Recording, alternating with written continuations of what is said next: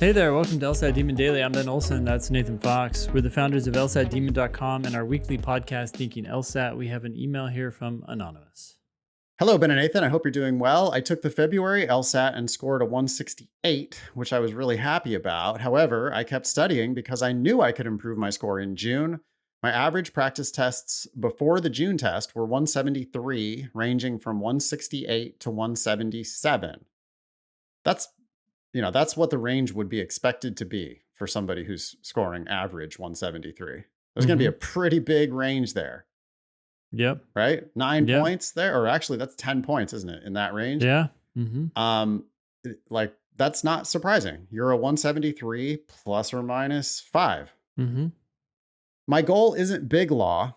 I just wanted to get a full ride at Loyola Chicago Law, be debt-free, and get a decent job afterward. However, after I took the June test, I didn't have a good feeling that I scored in the 170s like I was hoping. Now, I don't know why, but I don't feel proud of my 168 because I know I could do better.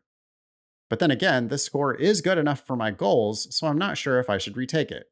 If I do decide to retake, logic games will be gone, and reading comp is my worst section, -3 to -7 on average. What do you think I should do? I'm not sure if I just want to get the score I want to get into a prestigious law school to feel good about myself, because even if I were to retake and say I get a 170 or a 175, if I don't get a full ride to a T14, I wouldn't attend. I've been studying for the test on and off for about 2 years now. I hope this all makes sense. Thank you. I want to point out one thing here. Anonymous is worried about RC. Yeah, that's actually what I was just thinking about. It threw me off because that's not changing. Right. There was one scored section of RC on the June test and prior. There will be one scored section of RC on the August test and going forward. So I don't care that RC is your worst section. That hasn't changed. That stays the same. I want to know how you do on LR. I also want to know how you do on games. Did Anonymous ever say that they're very good at games? I mean, presumably they are, but we don't know that. Presumably they are, but if June didn't go well, maybe they weren't that good at games. Because I've heard people saying that these June games were super easy. Like people writing in saying, I did Worlds. One of the games I did in literally 3 minutes because I made Worlds and it just destroyed it. Wow. Like, yeah, I mean, that's how the games were, right? The games were really killable in a lot of cases. Yeah, they almost got easier those last few years. Exactly. Strange. Oh, they told it. Well, ever since I started teaching LSAT, I thought that the games were kind of getting easier and easier and easier, right? Yeah, fewer variables, fewer dimensions, less flexibility, like just fewer rules, just easier. Yeah. So if you didn't have that experience in June, then maybe Anonymous wasn't that great at the games anyway. But to be scoring 168 to 177, it means you're good at LR. So the games are gone. Another section of LR. I would definitely, get your June score back.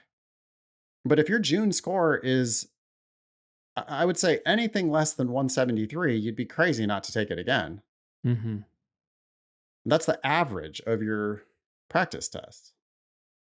Why would you leave those points on the table? And why would you close those doors for yourself preemptively? I mean, you don't know what Loyola Chicago is going to do. Loyola Chicago does not have to offer you a full ride.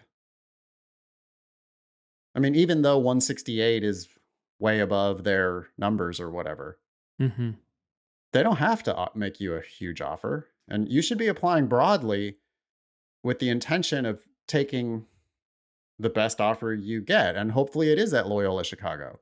But you might need those other offers in order to negotiate. You might need those other offers to give yourself the walking away point so that you can decide, so that you can feel confident saying, hey, nah, I'm not going to take that shitty offer. Yeah. Because I've got these other good offers. And every point you get is going to get you other better offers.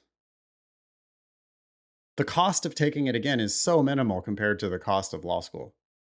I mean, even if it comes back a 173, I'd be like, well, you've got 174s and 5s and 6s and 7s on your practice test record. You sure you don't want to take it again? Yeah. If it comes back a 168 or lower, it's a no-brainer. Yeah, I don't know. Other than like a couple $100 to take the test, half a Saturday to sit and take the test, little bit of review between now and then for potentially tens of thousands of dollars of scholarship money. Well, also anonymous is a decent job after. Sounds a little vague.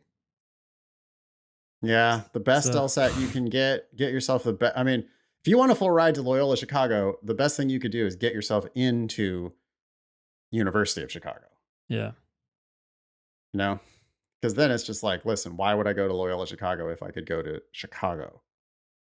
And they know that, and they'll know that they have to, make you the big offer.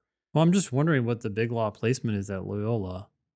And if it's not great, then that's another reason maybe to try again and get into a better school.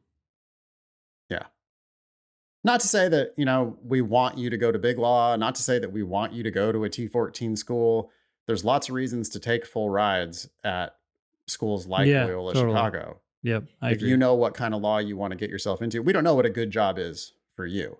You Mhm. say your goal isn't big law. So we don't know what Mm. a good job is for you, but being debt free does seem like it's really important. We just want you to apply broadly, and the best LSAT you can get is going to, apply to Michigan, apply to all the other Midwest schools that might be competitors, credible competitors for Loyola. I think my problem here is that when Anonymous said, my goal isn't big law, but I want a decent job, I think people feel like there's like this kind of, well, I'm not going for 200,000. I don't need 200,000.